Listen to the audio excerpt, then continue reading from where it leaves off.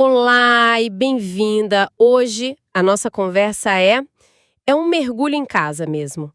Vamos analisar os documentos que são, assim, a espinha dorsal da Quesado. Uhum. O DNA corporativo, o guia do consultor e também o material de treinamento do GPT estratégico. Documentos fundamentais. E o nosso objetivo é muito claro: é decodificar o maior desafio de um consultor, que é como construir autoridade e, claro, confiança duradoura. Principalmente quando o cliente parece que só está pensando no preço, né? Exato. E esse é o ponto nevrálgico de tudo. Porque num mercado onde a confiança é a moeda mais forte, a postura do consultor é a personificação da marca. É a cara da empresa, né? É a cara da empresa. A nossa conversa hoje é sobre como a gente transforma o profundo conhecimento técnico que todo mundo aqui tem em uma parceria de longo prazo. Não é só fechar um contrato, é abrir um relacionamento. Perfeito. E olha, esses documentos nos dão um verdadeiro mapa para essa jornada. Para organizar nossa discussão, vamos seguir esse mapa em 3 etapas, combinado? Vamos lá. Primeiro, a gente vai redefinir o nosso papel. Depois, vamos afiar a nossa principal ferramenta, que é a linguagem.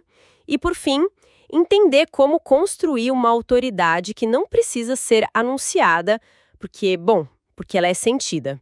Ótimo. Vamos começar então com uma frase do Guia do Consultor que parece simples, mas nossa, muda tudo. Você não é um vendedor, é um consultor estratégico. Uhum. No campo de batalha do dia a dia, com meta para bater, o que essa distinção significa, de verdade, na prática? Olha, essa distinção é a fundação. Ela está diretamente ligada ao que o DNA corporativo chama de ética da não venda. Que é um nome bem forte. É um nome forte, mas não é filosofia, sabe? É um protocolo. Significa que o diagnóstico técnico, a análise de viabilidade, isso vem sempre antes de qualquer proposta comercial. Sempre. Sempre. O DNA é taxativo nisso. Ele diz que a integridade da análise técnica é soberana sobre qualquer imperativo comercial. Ou seja, se a solução não for gerar um valor claro, defensável para o cliente, a nossa obrigação é recomendar não avançar. Certo. Essa ideia da ética da não venda é, sem dúvida, inspiradora. Mas, sejamos honestos, na vida real, existe a pressão por resultado, por meta. Como é que um consultor equilibra essa integridade com a necessidade de fechar o negócio? Não tem um conflito aí? É uma pergunta excelente e muito real. O conflito só existe se a gente pensa no curto prazo. Ah, boa. A mentalidade que o DNA propõe é que o nosso principal resultado não é a venda, é o sucesso do cliente.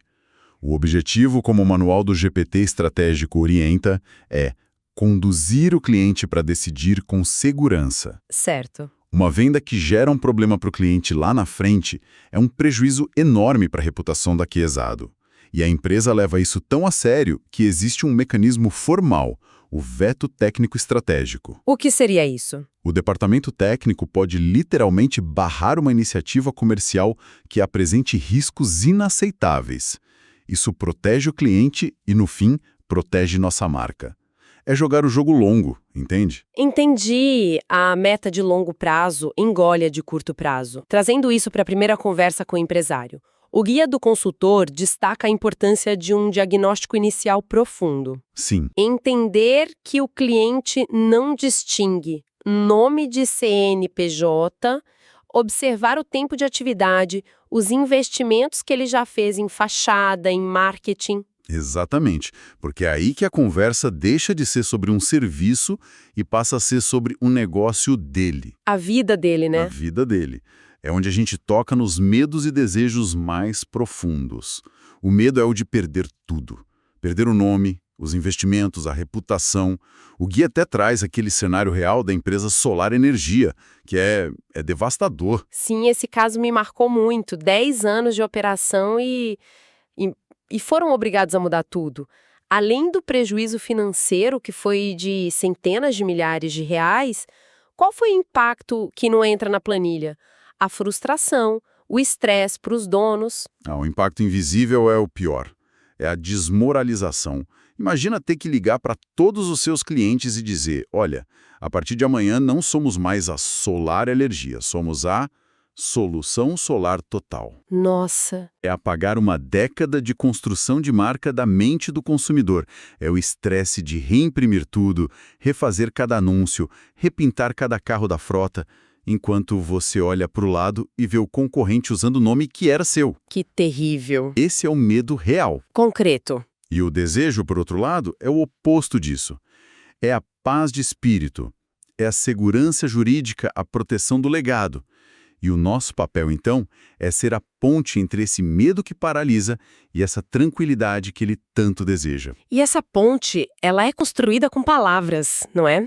O que me leva a pensar, a forma como a gente fala sobre o serviço é tão importante quanto o serviço em si. Sem dúvida. Como a gente transforma um termo jurídico super complexo em algo que o cliente entende como valor real, como proteção real. O ponto de virada é parar de falar sobre o registro e começar a falar sobre o ativo. O conceito-chave que os nossos materiais sugerem é poderoso. A marca é o imóvel do negócio. O imóvel do negócio, gostei. É um bem que valoriza, que pode ser vendido, licenciado, franqueado, que pode até ser usado como garantia no empréstimo. O registro no INPI, nesse contexto, deixa de ser um pedaço de papel burocrático E vira o quê? e se torna a escritura desse imóvel. Nossa, essa analogia do imóvel é realmente poderosa. Porque ninguém em sã consciência deixaria a escritura da própria casa desprotegida ou, pior, em nome de outra pessoa. Exato. Colocar nesses termos transforma uma decisão que era abstrata, jurídica, em algo incrivelmente concreto e urgente para o empresário. E para que essa urgência seja compreendida, a linguagem precisa ser um facilitador, não uma barreira. O guia do consultor insiste muito nisso. Trocar a colidência por conflito de nome, indeferimento por negação do pedido. Faz todo sentido. Eu lembro de um caso bem no início da minha carreira em que eu tentei usar todos os termos técnicos que eu conhecia para impressionar um cliente. E o resultado? O resultado: ele ficou confuso, intimidado e, claro, não fechou. Foi a lição mais dura e mais valiosa que eu aprendi. Clareza é poder. Não é simplificar por simplificar. É eliminar a assimetria de informação. Quando a gente usa jargão, a gente cria distância. Quando a gente traduz, a gente empodera o cliente. E constrói confiança. Falando em construir confiança, isso me leva à questão mais delicada de todas, que todo consultor enfrenta: o preço. O preço. O manual do GPT estratégico vai direto ao ponto. Como explicar honorários sem parecer caro? A estrutura tem que ser cristalina. Primeiro, separar as coisas. A taxa do NPI é o custo do governo, é o despachante. Os honorários da Quesato, bom, são outra coisa. E aqui está a virada de chave. Não é um custo, é um investimento na mitigação de riscos. É um investimento. É o pagamento pela inteligência estratégica. Concordo. Mas segurança e inteligência são palavras abstratas para um cliente que tem um boleto bem concreto na mão. O que tem dentro desse investimento? Na prática, como a gente torna essa segurança em algo que ele possa quase tocar? Certo? E se ele retruca na hora? Entendi o investimento, mas o seu concorrente cobra metade disso só para fazer o protocolo. E a resposta para isso é o que define o consultor estratégico. A resposta é: excelente pergunta. O concorrente vende o protocolo, que é a parte fácil. Nós vendemos a segurança do resultado. Gosto disso. A segurança do resultado. E o que isso quer dizer na prática? Significa que nossos honorários incluem uma análise preditiva, feita pelo nosso sistema, o CIP, que mapeia com 95% de acurácia as chances de sucesso antes mesmo de protocolar. Uau! Significa que a gente escolhe estrategicamente as classes corretas para proteger o negócio hoje e no futuro. E significa que nossa equipe técnica faz a defesa do processo do início ao fim, evitando indeferimentos por erros que custariam muito mais caro para reverter depois. É aquela analogia do imposto de renda que está no guia, né? Exatamente. Você pode fazer sozinho, mas o erro custa caro. A diferença é que o erro aqui pode custar a empresa inteira. Então, a resposta não é justificar o preço, é redefinir o que está sendo comprado. Não se compra um protocolo, se compra previsibilidade. Se compra a experiência de quem já viu centenas de casos como o da Solar Energia. Precisamente. E quando o valor fica claro, o preço se torna secundário. E para cristalizar esse risco e esse valor, o guia nos dá aquela frase final, que é quase um checkmate ético na conversa. Qual é? Se amanhã outra empresa registrar o nome do seu negócio, você está preparado para mudar tudo? É uma pergunta que não busca o medo, busca a clareza. E a partir dessa clareza, a decisão fica muito mais simples para o empresário. Essa clareza nos leva ao nosso último pilar. A gente já falou do nosso papel como estrategistas e da linguagem como nossa ferramenta. Mas nada disso funciona sem autoridade. E a verdadeira autoridade não vem de dizer eu sei, mas de demonstrar é assim que a gente faz. Como essa demonstração acontece na prática? A autoridade na Quesado é uma consequência do método. Ela não é pessoal, é institucional. O consultor não precisa ser o gênio, ele precisa ser o guia, que revela a força do sistema que o apoia. Certo. Quando você menciona para o cliente que a gente usa uma análise preditiva com inteligência artificial, que entregamos uma matriz de risco dinâmica com cenários em verde, amarelo e vermelho, ou que nossa política de transparência radical dá a ele visibilidade total. Você não está dando uma opinião. Não.